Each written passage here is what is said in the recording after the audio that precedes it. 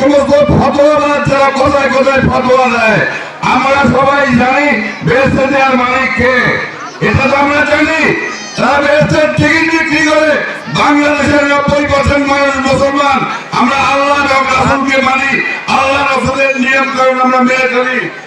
সেখানে এক শ্রেণীর লোক এই ফতোয়া, এই সমস্ত বিভ্রান্তিকর কথা বলে মা বোনদেরকে এবং আমাদের প্রিয় ভাইদেরকে বিভিন্নভাবে বিভ্রান্তি করছে। তাই আমি বলতে চাই যে আমাদের সবাইকে সাবধান থাকতে হবে। এই সমস্ত বিভ্রান্তিকর কথাবার্তায় কান দেওয়া যাবে না।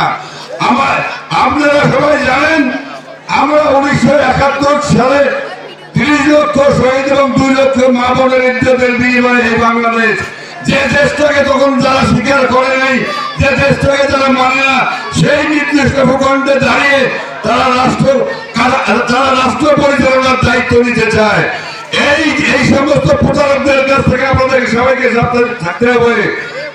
আমরা সবাই জানি আগামী 13 জাতীয় সংসদ নির্বাচন আগামী বছরে আমরা সবাই মিলে আমাদের কাঙ্ক্ষিত যে মানুষটি দীর্ঘ 17টি বছর ধরে আমাদের হাতীবান্ধা এবং পাটগ্রাম এলাকার সব মানুষের পাশে দাঁড়িয়ে আপদ বিপদ শুরু করে সবার সাথে ছিল, আছে এবং আমরা সবাই তার সঙ্গে থাকবো।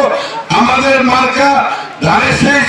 আপনারা সবাই মিলে আগামী 12 তারিখে ধানের শীষে ভোট দিয়ে প্রমাণ করে দেবেন বড়খাতার মানুষ, বড়খাতার জায়গা ধানের শীষের ঘাটি।